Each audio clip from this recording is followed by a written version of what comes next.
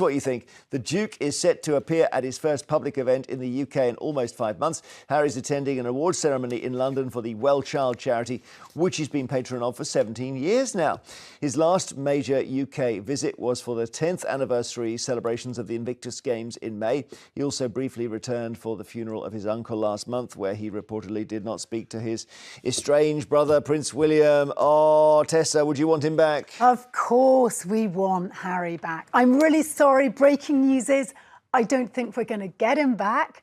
But I believe the whole gigantic furore around Harry, the kind of incessant clickety-click, the headlines, the negativity, is because we were hurt. Because he left us. Yes, he left us. We love him. Yeah. We actually know that he has bundles of charisma. He tracks us back to his darling mother. Yeah, he's made a few mistakes. Who doesn't? He's been trying life outside a couple of institutions called the Army and the Royal Family, and it ain't always easy, life of hard knocks. We love him and we want him back. Would you want him back, Russ? He's made a couple of mistakes. Sitting down with Oprah Winfrey, implying racism in the royal family. That's a little small misdemeanor. If you do a Netflix documentary, if you write a book called Spare, the very title tells you that he's not very happy with his lot. You cannot remotely expect not to be within the ire of the British press and maybe a large amount of the population of this country.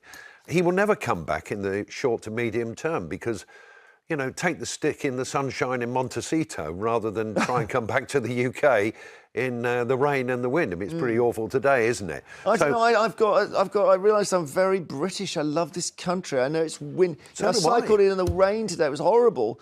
But I'd rather be cycling in the rain in Britain than in the sun in California. I would too. Sorry. I wouldn't. You wouldn't? You would rather be in California? No. But if he wants to come back, I have no problem with it at all. He's a member of the royal family, the son of the king. But, you know, the world has changed and it's difficult. How would he manage the relationship with William? Because I just called him estranged and I thought it's almost official now. Yeah, it is possible to live in this country and not talk to your brother. Thousands of people do it. We make it difficult. I think we made so many presumptions about their sibling relationship because it suited us. It assuaged our guilt around our obsession with Diana and the horrible end that we all felt we had a tiny element of culpability because we'd all been consuming non-stop her story in this very unhealthy way. And then there we were so publicly crying, inappropriately really, in front of these two grief-struck boys. I have a huge amount of compassion for Harry. It's not easy. He's born into privilege, but he's born into a sticky wicket behind his big brother, always an invidious place to be. And actually, why shouldn't he talk a bit of truth to power? We're never allowed to really criticise the royal Well, he's kept family. you employed for a couple of years. He has. Thanks for noticing. Thanks, Haz. Yeah, I mean, I see you on all sorts of things talking about history and the royal family and what have you. For me, if you're a second sibling, who really cares? You know, William is going to be the king of this country, barring a disaster. We know the way accession works, so does he. You can't start moaning about it. But I think overall he's you know, quite an inoffensive sort of bloke. And I'm sure if you sat down in a pub and had a drink with him, he would regale to you stories in a lovely way. He'd tell you about his time in the army. He's a war hero, by the way. Respect. But you can't chip away and moan and groan from afar and expect to be welcomed back into the bosom of the nation. Let's just go to Gertrude in London. Gertrude, do you want to see him back? When does people learn that Harry does not want to come back? Well, we think he might be lured by football or, I don't know, confectionery or, I don't know. Rain. Russ Williams should do his homework because I have lost count as to how many times former head of counter-terrorist Neil Basu had come out and said that while Harry and Meghan was living in this country, they have had so many death threats. And they have investigated them all, and there's been many prosecutions. Yeah. What have other countries done? They have gone in and checked the court record. They have published some of the mugshots, and the royal family never came out and said anything.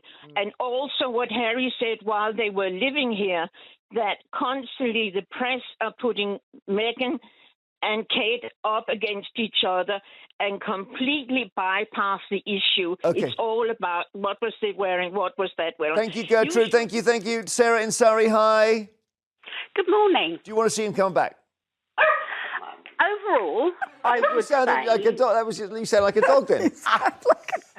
Apologies, yeah. When I asked the Overall, question... I would say he is part of the royal family. He was born into that role, a role his late mother staunchly supported. But you can't have it both ways. You are either in or you're out. Ooh. He has benefited from all the trappings of monarchy in terms of education, etc. But also there has to be some contrition for what appears to be a sense of entitlement. For example, my family cut me off without a penny, so I had to feed my family somehow. Well, that's ridiculous. His mother left him God knows how many millions when he was 10. Yeah. So there has to be some sort of contrition. Okay. All right, Sarah, thank you. Ian in North Ayrshire, should he come back? Actually, I've been asked it. Why should he come back? You've got to look at it this way, Jeremy. He's an adult. He's got a family. He's living in the country of his own choice. He's getting, a real nice living with one way or another. He's only the heir. He's only the spare. He's not the heir. And you've got to remember, he's a human being with a family. He's not a puppy. Okay, Ian, thank you. Elizabeth in London, should he come back? No. As the last caller has just said, he is an adult. He made his decisions. He has enjoyed a very good lifestyle. He is financially well able. If he is not earning enough now because various contracts are finished, then frankly he'll have to pull in his belt or find something legitimate to do. He's practically committed treason in what he said about the royal family. Russ, maybe you think he's gone over the line? He certainly hasn't committed treason.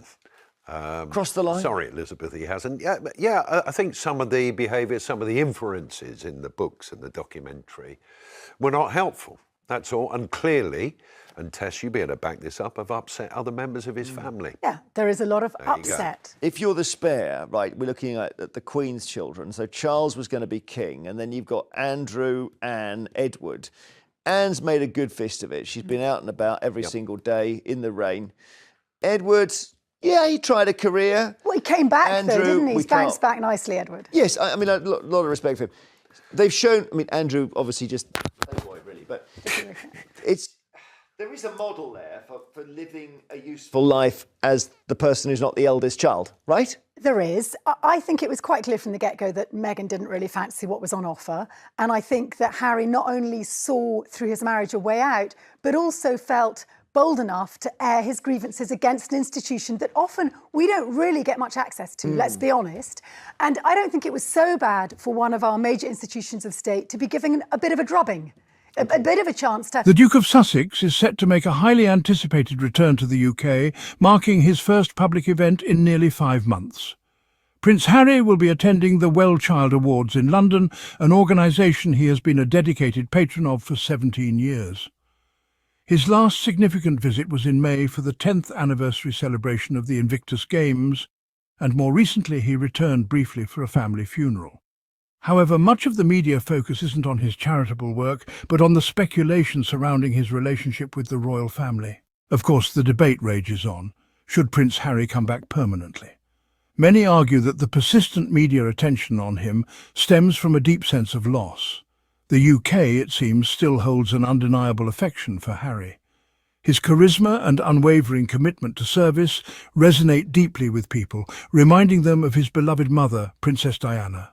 Yes, he has taken a different path, but who among us hasn't made mistakes while navigating life outside of familiar institutions? Yet critics continue to scrutinise his every move. Some claim his interviews, documentaries and memoir paint an unfair picture of the royal family. They argue that by speaking out, he has invited public scrutiny.